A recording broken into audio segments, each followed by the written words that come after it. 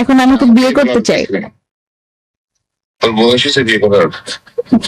সবাই করে ফেলতেছে, বাসায় জানে না দেখে তো তোমাকে ফোন দিছি। তারপর থেকে দাঁতটা ছেলে তো সবাই করে ফেলতেছে মানে কি?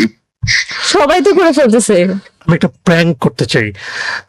প্র্যাঙ্কটা হচ্ছে, যেহেতু সামির অর্থাৎ খায়রুল বাসার সাথে তোমার সবচেয়ে বেশি ভালো বন্ডিং, তুমি তাকে এখন ফোন করবে, ঠিক আছে? ফোন করে বলবে, সামির ভাই, আমার একটা ছেলেকে খুব পছন্দ হয়েছে, আমি তাকে বিয়ে করতে চাই, কিন্তু বাসা থেকে রাজি হচ্ছে না, আমি এখন কি করবো বল? মারবে মারবে। আমরা একটা প্র্যাঙ্ক, পরে তুমি বলে দিবা। এবার তুই কই? তুমি তার রিয়াকশনটা নেওয়ার পর তখন তুমি বলে দিবা যে ভাই আমরা এরকম শোতে আছি, এটা প্র্যাঙ্ক ছিল, ঠিক আছে? সো আমরা সে একদম আমাকে যে কি বলবে। আচ্ছা শুনি না, আমরা এই মজাটাই হোক না। এখন খায়রুল বাসার ভাইকে ফোন দেওয়া হচ্ছে, দেখি তার রিয়াকশনটা কি হয়। ঠিক আছে, আমি ফোন দিছি। বিয়ের কথা বলবা, বিয়ের কথাটা। হ্যালো হ্যালো, আসসালামু আলাইকুম। ওয়ালাইকুম আসসালাম। কেমন কি আছেন খবর ভাইয়া? তোর? ভালো। আর ভালো লাগে না আসলে। শুটিং এ বল, তুমি কি বিজি ভাইয়া? শুটিং এ বল, কি বলবি তাড়াতাড়ি বল। আমি না আসলে একটা ছেলেকে পছন্দ পরীক্ষা করি। আজকে আমি একটা ছেলেকে পছন্দ করি। কি ঘটনা, কি কি হচ্ছে? এখন আমি তো বিয়ে করতে চাই। তোর বয়স হয়েছে বিয়ে করার? সবাই করে ফেলতেছে, বাসায় জানে না দেখে তো তোমাকে ফোন দিছি। তারপর থেকে দাঁতটা ছেলে তো সবাই করে ফেলতেছে মানে কি? সবাই তো করে ফেলতেছে। কি কি পাগল নাকি? কি হচ্ছে ঘটনা কি? আমি পছন্দ করি ছেলেটাকে। পছন্দ করি সেটা ঠিক আছে, ভালো। আন্টি জানে? বাসায় জানে? বাসায় কেমনে জানবে? তোমার মনে হয় বাসায় জানলে মানে তুমি কি এক্সপেক্ট করতেছো আসলে?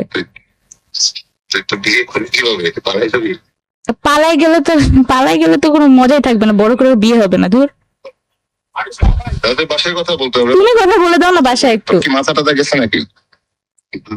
আমি তো সামনে পেলাম থাপ্পড় দিয়ে। আমারও মনে হচ্ছে আমার মাথাটা গেছে, কিন্তু কি করবো বলো? তুই মজা নিতেছিস?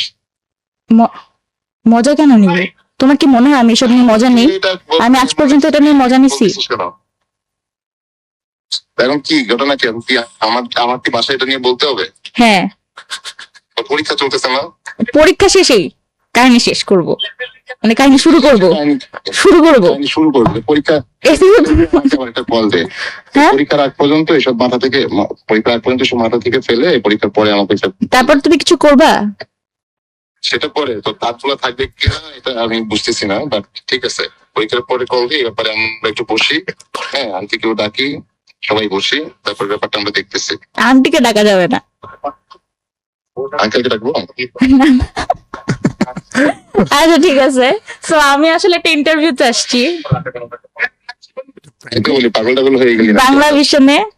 আমি জানতাম, বললাম না সে আমাকে মারবে। তুমি আমার লোকেশন চাও নাই কেন? আমি তো বলতেছিলাম সে আমার লোকেশন চাও, আমাকে মারতে আসবে। আমি তো এত ইয়ে হয়ে যায়, আমি বুঝতে চাচ্ছিলাম আসলে তুই কি করতেছিস, কি ভাবতেছিস। আচ্ছা, বাসার ভাই, আপনাকে ডিস্টার্ব করার জন্য সরি। আমার নাম হাসনাত জুবাইর। আমরা আসলে একটা ছোট্ট প্র্যাঙ্ক করতে চেয়েছিলাম আর কি, যে কারণে আপনাকে ফোন করা। থ্যাংক ইউ সো মাচ আপনার রেসপন্সের জন্য, এবং আপনার এই এটা আমাদের গল্পের জন্য মানে খুবই খুবই চমৎকার একটা ধারাবাহিক ছিল, এবং আমরা খুবই খুশি আসলে এত সুন্দর একটা কাজ আমাদেরকে উপহার দেওয়ার জন্য। Thank you. জি ভাই, আপনাকে অসংখ্য ধন্যবাদ। আমাদের জি জি, থ্যাংক ইউ। ঠিক আছে, আল্লাহ হাফেজ ভাইয়া।